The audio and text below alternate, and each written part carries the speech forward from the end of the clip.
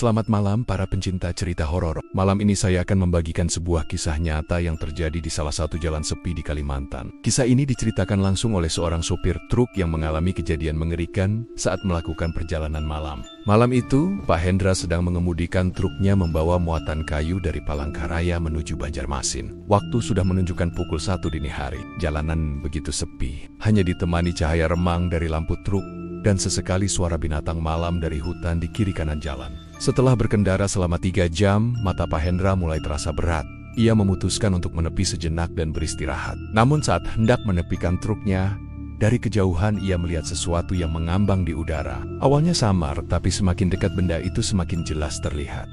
Astagfirullah, gumam Pak Hendra. Jantungnya berdegup kencang saat menyadari benda yang melayang itu adalah sebuah keranda. Ya, peti mati yang biasa digunakan untuk mengangkut jenazah. Keranda itu melayang sekitar 2 meter di atas permukaan jalan. Dengan tangan gemetar, Pak Hendra mencoba tetap fokus menyetir.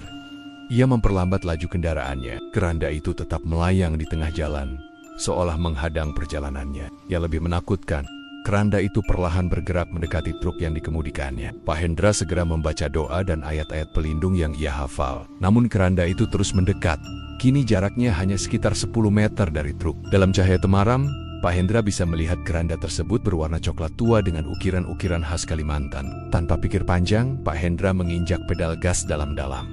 Truknya melaju kencang menembus kegelapan malam. Dari kaca spion, ia masih bisa melihat keranda itu mengikuti dengan kecepatan yang sama. Keringat dingin mengucur deras membasahi kemejanya. Setelah berkendara sekitar 15 menit dengan kecepatan tinggi, mendadak mesin truk tersendat. Pak Hendra panik bukan main saat truknya mulai melambat dan akhirnya berhenti total di tengah jalan yang gelap gulita. Ia mencoba menstarter berkali-kali namun sia-sia. Dengan nafas tertahan, ia menoleh ke belakang. Keranda itu masih ada di sana, melayang semakin dekat.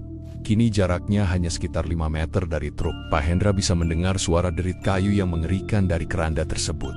Dalam kepanikan, Pak Hendra terus membaca doa sambil berusaha menyalakan mesin truknya. Namun tiba-tiba terdengar suara ketukan dari samping jendela kemudi. Dengan sangat perlahan, ia menoleh. Dan betapa terkejutnya saat melihat sosok wanita berbaju putih kusam sedang tersenyum padanya. Wajah wanita itu pucat pasi dengan mata hitam legam. Rambutnya yang panjang terurai berantakan. Pak Hendra nyaris pingsan melihat pemandangan mengerikan itu. Namun yang lebih mengejutkan adalah apa yang diucapkan sosok tersebut, Pak. Maaf mengganggu perjalanannya. Saya mau minta tolong, kata sosok itu dengan suara serak. Tolong antarkan keranda ini ke pemakaman di desa sebelah. Sudah 3 hari saya mencari orang yang mau membantu. Mendengar hal itu, Pak Hendra justru merasa lega. Ternyata sosok tersebut hanya ingin meminta pertolongan. Dengan tangan masih gemetar, ia mengangguk pelan. Ajaibnya, setelah itu mesin truknya bisa menyala kembali. Pak Hendra lalu mengikuti petunjuk sosok wanita tersebut menuju sebuah pemakaman di desa terdekat. Sesampainya di sana, keranda itu perlahan turun dan mendarat di depan sebuah lubang kubur yang masih terbuka. Sosok wanita tadi tersenyum dan mengucapkan terima kasih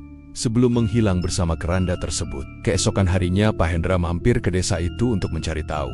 Dari cerita warga setempat, 3 hari lalu memang ada seorang wanita yang meninggal karena kecelakaan. Jenazahnya belum bisa dimakamkan karena keranda yang akan digunakan mendadak hilang secara misterius. Sejak kejadian itu, Pak Hendra selalu berhenti sejenak di pemakaman tersebut setiap melewati jalan itu untuk mendoakan arwah si wanita. Ia bersyukur telah membantu meski dalam keadaan yang menakutkan. Kisah ini mengingatkan kita bahwa tidak semua hal yang menyeramkan itu jahat. Terkadang mereka hanya butuh pertolongan untuk menyelesaikan urusan yang belum tuntas. Demikian cerita malam ini, teman-teman. Jangan lupa like, comment, dan subscribe channel ini untuk cerita-cerita seram lainnya. Sampai jumpa di video berikutnya.